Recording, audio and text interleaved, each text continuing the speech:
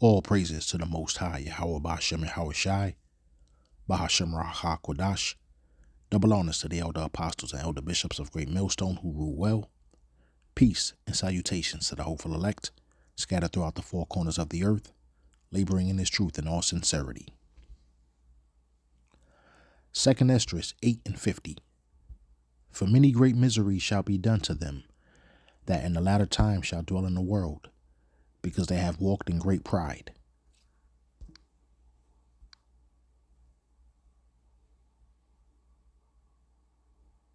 Sweden just implanted microchips into people's hands, turning humans into walking wallets. No cash, no cards, no wallets. Thousands of people in Sweden have taken a bold step into the future by implanting tiny microchips under their skin. About the size of a grain of rice, these chips act as digital IDs, payment methods, and access cards. All in one, from letting them pay for coffee, unlock doors, or ride trains with just a swipe of their hand. It works much like the contactless tap we use on cards, but here, the card is under your skin. So why is this happening in Sweden? The country is already one of the most cashless societies in the world. Only about 1% of its economy runs on notes and coins, compared to 10% in Europe. Among the younger generation, almost everyone relies on apps and digital payments. Even IKEA tested going fully cash-free and discovered that hardly any customers used bills, saving staff hours of time that used to be spent counting coins. But not everyone is celebrating. Seniors and immigrants worry about being left behind, and critics warn of privacy risks if implants ever connect to health records or government IDs. Sweden is showing the world just how far digital life can go. But a question remains, would you put a chip in your hand to pay for coffee?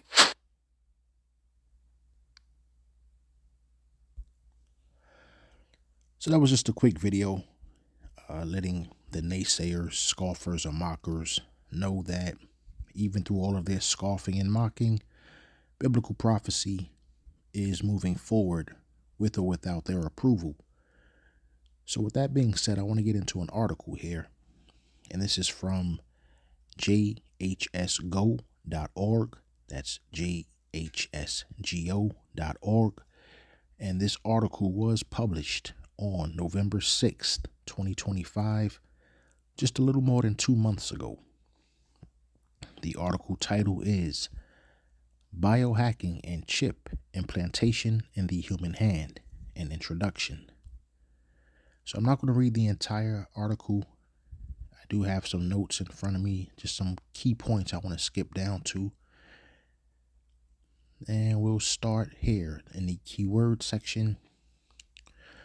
Biohacking refers to using biology with the mindset of a hacker to enhance your body and life. This includes commonly used applications on your smartphone or wearables that measure whether you are getting enough exercise during the day or how well you sleep. On the other end of the spectrum, there is human augmentation. Augmentation refers to adding elements to the body, for example, electronics. The goal is to upgrade your body by creating a symbiosis between the human body and technology. Most popular is the implantation of radio frequency identification implants, otherwise known as RFID. I'll also scroll down a little bit more, and we can start from Professor Kevin Warwick was the first human to undergo RFID implantation in 1998. One survey of 2,000 people in the United Kingdom and the European Union stated that 51% would consider the implantation of an RFID chip in their hand as a contactless payment method. Other possible features of RFID implants include opening doors and access to medical and vaccination records. It is estimated that between 50,000 and 100,000 people already have been chipped. And those 50 to 100,000 people that have been chipped, that has all been voluntarily. No coercion, no force, at least none that has been publicized. So this brings us right back to Revelation 13. Verses 16 and 17, and he causeth all, both small and great, rich and poor, free and bond, to receive a mark in their right hand or in their foreheads, and that no man might buy or sell save he that had the mark or the name of the beast or the number of his name. And as you can see here, we'll reread that. One survey of 2,000 people in the United Kingdom and the European Union stated that 51% would consider the implantation of an RFID chip in their hand as a contactless payment method. And we also once again see that somewhere between 50 to 100,000 people have already been chipped. And that was as of November 2025 when this particular article was published.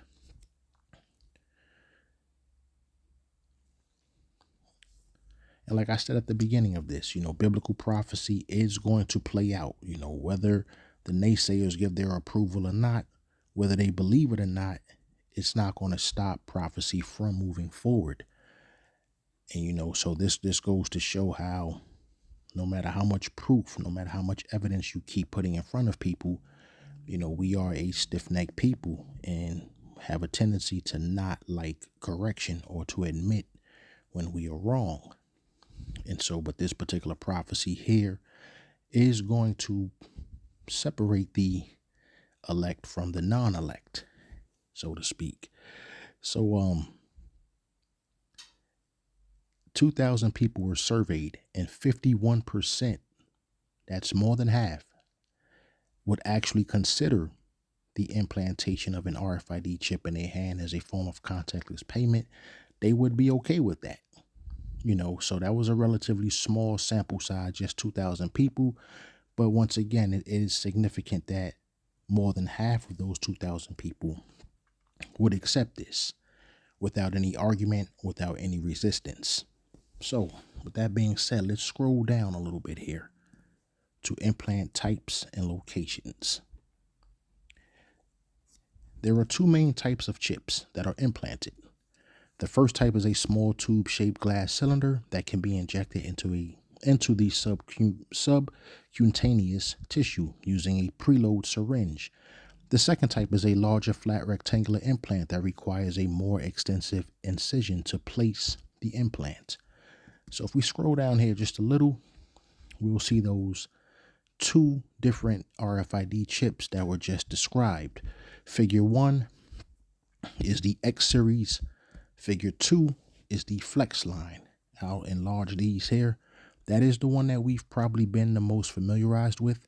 This is the X series. This is the one that they say is about the size of a grain of rice, maybe a little bit bigger. This is the one that we probably hear about the most, the glass casing, almost clear coated where you can see through it, and that they put that inside your hand via a syringe. The second one here is called the flex line. That is the flex line there. It's rectangular shaped and it's a little bit bigger than the X series, which is why it's stated here. If we come back to that, there are two main types of chips that are implanted. The first type of this is a small tube-shaped glass cylinder. Once again, that is the one here on the left, the X series.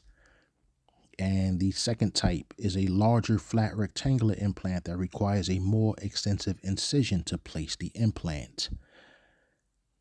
So the two main types of RFID implants we see here on the left, a cylinder shaped implant, X series. On the right, a flat rectangular shaped implant, the flex line. So the first type is a small tube shaped glass cylinder, and it's injected using a preloaded syringe. The second type is a larger flat rectangular implant that requires a more extensive incision. So let's go back into Revelation 13. I'm going to look up the word mark in the interlinear, and that's going to be the word charagma.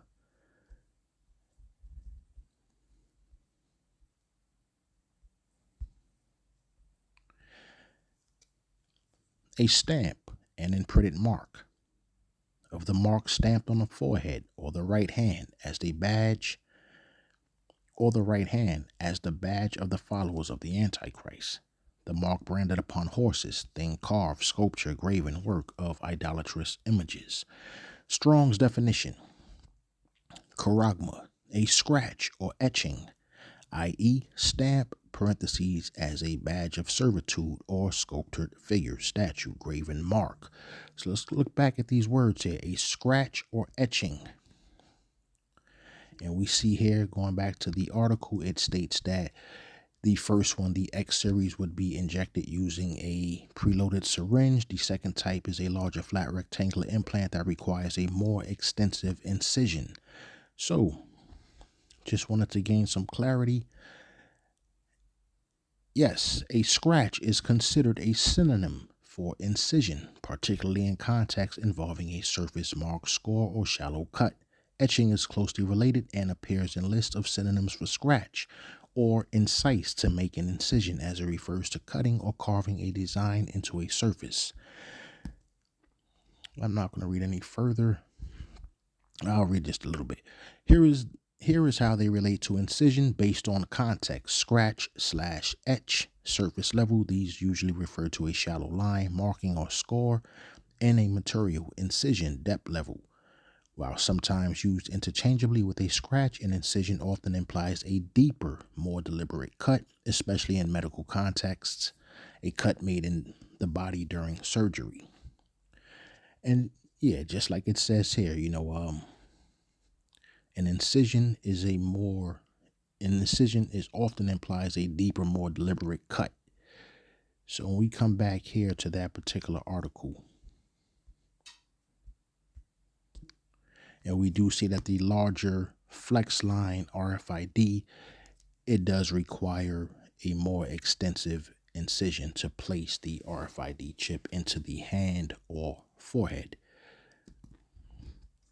So I'll scroll down a little bit more, just trying to give, if there's any hopeful elect that would happen to come across this video who may be confused because they may be channel hopping and, maybe a little unsure as to what the RFID microchip is, I am giving you the actual play-by-play using the scriptures, a AI overview in terms of its thesaurus, and showing you that the incision is indeed a physical mark and not a spiritual mark, as some people are stating out there.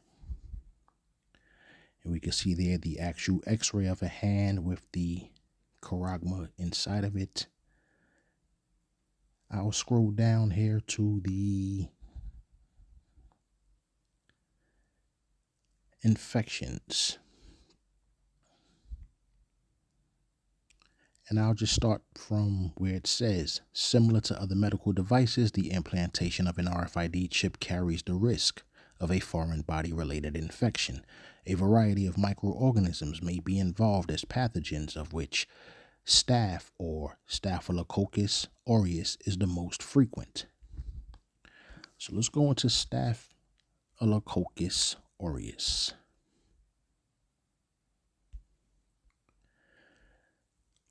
Staphylococcus aureus, or for short just staph, a common bacterium found on the skin and in the nose, usually harmless but capable of causing infections like skin abscesses, pneumonia, and bloodstream infections, especially in healthcare settings or with weakened immunity. Some strains like MRSA are resistant to antibiotics, making infections harder to treat. It spreads through skin-to-skin contact or contaminated surfaces, and can also cause food poisoning. Characteristics: appearance: spherical bacteria that form in grape-like clusters. Habitat: commonly lives on the skin and in the nose of about 30% of people. Respiration: can grow with or without oxygen. Infections that it causes: skin, boils, blisters, abscesses, and redness. Respiratory: pneumonia, sinusitis. Bloodstream: sepsis, which can be fatal. Heart: endocarditis, infection of heart valves. Bones: osteomyelitis, bone infection. Foodborne: food poisoning from toxins produced in contaminated food. So let's take a look at Revelation chapter 16 here.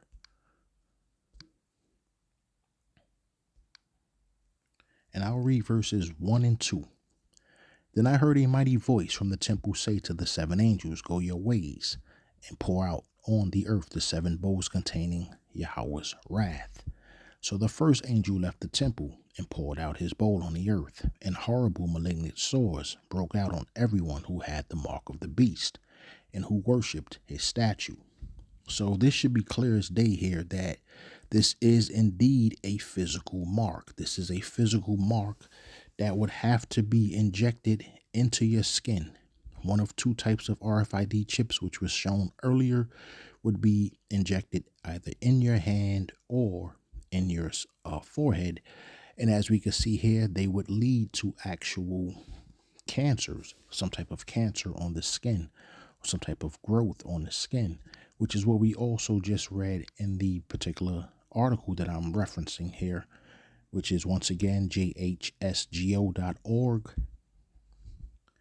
And the name of this article is Biohacking and Chip Implantation in Human Hand, an Introduction, published November of last year. I'll come right back down here to the infections. Once again, similar to other medical devices, the implantation of an RFID chip carries the risk of foreign body-related infection, which is what we just read in Revelation 16, 1 and 2. So everything is lining up. As we're seeing this thing play out in real time, we was already given the cheat code by the Most High Yahweh Bashem and Hawashai, because we can see that every single thing that he has brought forth via his word, by his word, we are seeing it play out right now.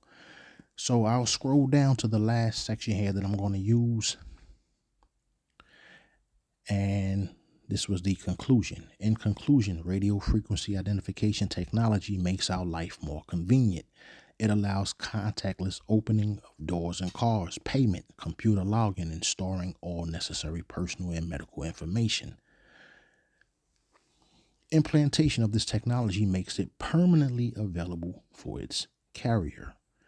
And I'll stop right there as far as this article. But I just want to focus on where it says, it allows, in conclusion, RFID technology makes our lives more convenient. And that's what this is. They're going to present it as a matter of convenience, like when the article first started, and pretty sure at everyone's respective jobs, pretty much jobs now, they want you to count your steps, how many steps a day that you're taking and stuff like that. And if you reach a certain amount of steps over a given amount of time, they might give you a day off of work or something like that. But that's generally how it is. It's like right here where it says right at the beginning, biohacking refers to using biology with the mindset of a hacker to enhance your body and life. This includes commonly used applications on your smartphone or wearables that measure whether you are getting enough exercise during the day or how well you sleep. So when your jobs now are kind of keeping up with you, and they're, trying to encourage you, to take those longer walks on your lunch break and stuff like that to get your steps in. And like this stating here down here in the conclusion, this is going to be made like it's something that's beneficial to you. It's a matter of convenience to where you're not going to want to turn it down. So like it says, in conclusion, radio frequency identification technology makes our lives more convenient. Why should you carry keys in your pocket when you can just scan your hand, and open your car door, open your front door, to get in and out of buildings, whether it's your place of employment or whether it's the building that you actually live in. This is going to be presented as a matter of convenience. This is supposed to be making your life more convenient and easier, not realizing that you are just basically subjecting yourself to government tyranny, where the government now becomes big brother, so to speak, and they're basically watching everything that you do. They have complete tabs on you if you accept this mark. And this should not be a matter of convenience anyway. The Most High Yahweh Bashem Yahushai requires us to go through hardships. He requires us to endure these particular hardships and not take any shortcuts. So let's take a look at 2 Timothy. And I'll go into chapter 2, verse 3. Thou therefore endure hardness as a good soldier of Hamashiach Yahushai. You know, and like I said, this is not a matter of convenience for us. We have prepared our hearts. We have prepared our spirits for this moment here, this very moment in prophecy, this very moment in time, because we understand that if we can endure this, the kingdom is at hand.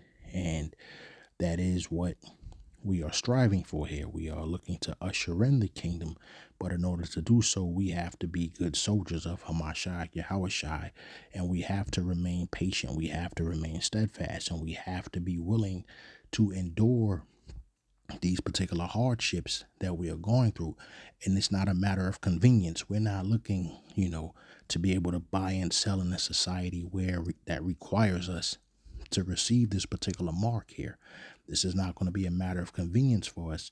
But for a lot of people, it is going to be, it's going to come down to a matter of convenience, which is why you see a lot of naysayers and scoffers. I believe most naysayers and scoffers anyway have already embedded in their mind that they're going to get the mark. They probably have young kids, newborn babies or something like that. So they're doing everything they can to convince themselves and to also try to bring you down as well, to sit there and tell you that no, the micro C hip is not the mark of the beast. So, for them, they don't have, they don't have it in them that this is about enduring. This is about hardships. And we're going to go through this particular hardship. This is that moment of temptation, and it is rapidly approaching. Let's look at Ecclesiasticus chapter 2.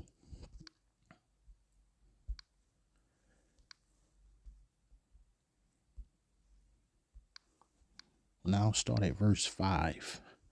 For gold is tried in the fire, and acceptable men in the furnace of adversity. Right. So we don't care that the mark of the beast is here to make our lives easier. At least that's what they say. We are prepared to be tried in that fire. Acceptable men, have to go through this furnace of adversity. We're not looking for a convenience. We're not looking for the shortcut or the easy way out. This is a straight and narrow path that we are walking. And, we're not trying to go through this through the wide gate. We have to go through the narrow gate here. And not everyone is going to make it. And this is why this particular scripture says, an acceptable men in the furnace of adversity. So we go back to this particular article. In conclusion, RFID identification Salakia. In conclusion, RFID technology makes our lives more convenient. We're not looking for matters of convenience right now. We are in the time of biblical prophecy. We are in the very last days here where we understand that we are going to endure hardships. So it's not about a matter of convenience. Let's scroll down to verses 13 through 15. Woe unto him that is faint-hearted. Right. A lot of people are going to get weak during this time. Like I just mentioned, a lot of people are going to, they're going to give up. They're going to basically, when it comes down to it, a lot of brothers or a lot of sisters, the sincere Akim Aquath out there, a lot of them, the ones with newborn babies or the ones who are taking care of an elderly parent or something like that, even though their hearts may be in the right place, a lot of them are not going to endure this. A lot of them are going to give up, once that reality sets in that they're about to be homeless because they can't pay their rent or their mortgage, or they're about to get their car repossessed, their kids are hungry. They're hungry. Like I think I mentioned in a video a couple of days ago, it'll be something like a toothache. Someone is not going to be able to take that toothache any longer.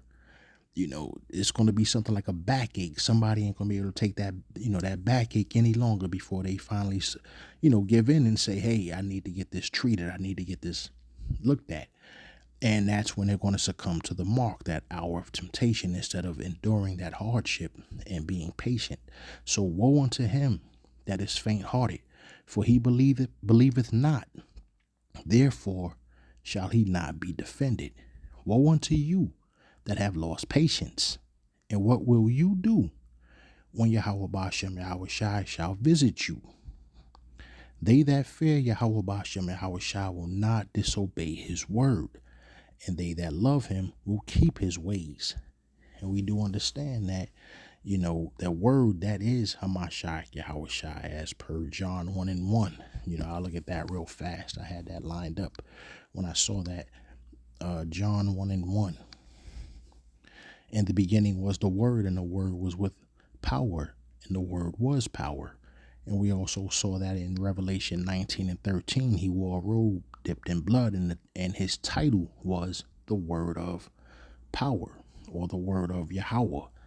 So we come back here to Ecclesiasticus 2 and 15. They that fear Yahweh Bashem Yahweh Shai will not disobey the word, will not disobey his word, and they that love him will keep his ways. And and we understand that Hamashiach Yahweh Shai, he went through those hardships. He went through those hardships in order to be able to make these prophecies come. These prophecies are going to be fulfilled now. The kingdom itself will be here, and his elect will be there, to inherit the world and to be joint heirs along with him. So this is what we have to endure. There's no ifs, ands, buts about this. We have to go through these hardships. This is why verse 14, woe unto you that have lost patience. Like I mentioned earlier, a lot of people are going to give in. They're not going to be able to endure it too much longer. They're going to lose patience, and they're going to basically convince themselves that it's not too bad. I can get it. I can get it in my hand. Eventually, I'll just take a knife and cut it out my hand myself. A lot of people are going to do this. They're going to lose patience. They're going to convince themselves that getting it is not too bad. They had no other choice. But, they're saved. They're born again. This is what they're going to convince themselves to believe, which is going to pretty much lead to their destruction. This is about endurance right now. This is about remaining patient and remaining steadfast. So with that being said, let's take a look at Revelation 14, 9 through 12.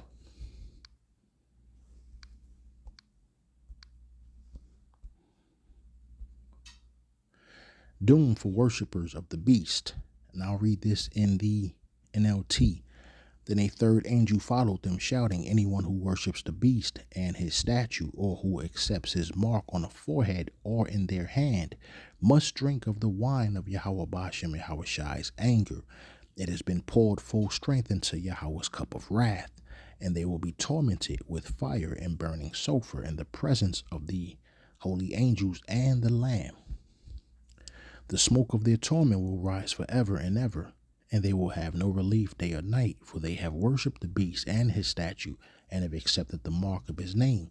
This means that Yahweh's holy people must endure persecution, patiently obeying his commands and maintaining their faith in Yahweh Shai. And this goes back to what I was saying in Ecclesiasticus chapter 2 and verse 14. Woe unto you that have lost patience. And what will you do when Yahweh Bashem and Yahweh Shai shall visit you? So you clearly see that those who lose patience, they are going, when the Most High Yahweh Bashem and Yahweh Shai visits them, it's going to be torment in the presence of the angels and in the presence of the Lamb. And that particular torment is going to come in the form of thermonuclear fire. Those ICBMs are going to touch down, and they're going to be a part of that. They will not be getting beamed up at that particular time. Proverbs 29 and 1. Let's take a look at that. He that being often reproved hardeneth his neck shall suddenly be destroyed, and that without remedy. And that goes into a lot of, we have a lot of people, like I think I mentioned earlier, Yasharallah as a nation, Israel is stiff-necked. We are a people who have been stiff-necked and hard-headed. We do not like correction. So we have literally thousands upon thousands of videos have been uploaded by the men of Great Millstone, starting with the apostles on down, the bishops, the elders, and all of the, sincere argument camps out there throughout GMS. This has been ad nauseum. For years, they have been putting these videos out only for people to continue to scoff, continue to mock, continue to disbelieve. So and I'll read this again, but this time in the NLT. Whoever stubbornly refuses to accept criticism will suddenly be destroyed beyond recovery.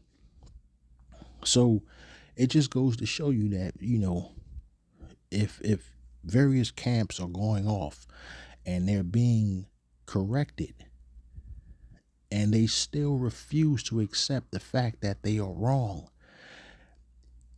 and to correct themselves, and not only are they wrong, but they're misleading other people as well. you know like the scripture here says, whoever stubbornly refuses to accept criticism will suddenly be destroyed beyond recovery, just as we read in Revelation 14:9-12, as it pertains to the mark of the beast. So the last scripture I'll read here is Exodus 32:9. And this goes back into what I was saying about Israel being a stiff-necked people. And this is what the Most High, Yahweh Bashem Yahweh Shai, said unto Moses. And Yahweh Bashem Yahweh Shai said unto Moses, I have seen this people, and behold, it is a stiff-necked people. And that's precisely what it is. The Most High, Yahweh Bashem Yahweh Shai, he is our creator. And this is why he says, I have seen this people. He has seen how stubborn and rebellious people can be within our nation here, unable to accept criticism, unable to accept correction. And so here we are right now, right at the precipice of this thing being mandated globally. They're still fighting tooth and nail just for sake of their own pride. Or maybe they sold out. Maybe they've just been blinded by the Most High, Yahweh Bashem Yahweh Shai, but they still, for whatever reason, cannot see and accept and start teaching this the right way, that the mark of the beast is indeed the RFID micro C-hip. And so I want to close with the actual first scripture that I opened up with, and that was 2nd Esdras chapter 8, verse 50. For many great miseries shall be done to them that in the latter time shall dwell in the world, because they have walked in great pride. I pray this has been edifying and reaches the ears it's supposed to reach. Shalom.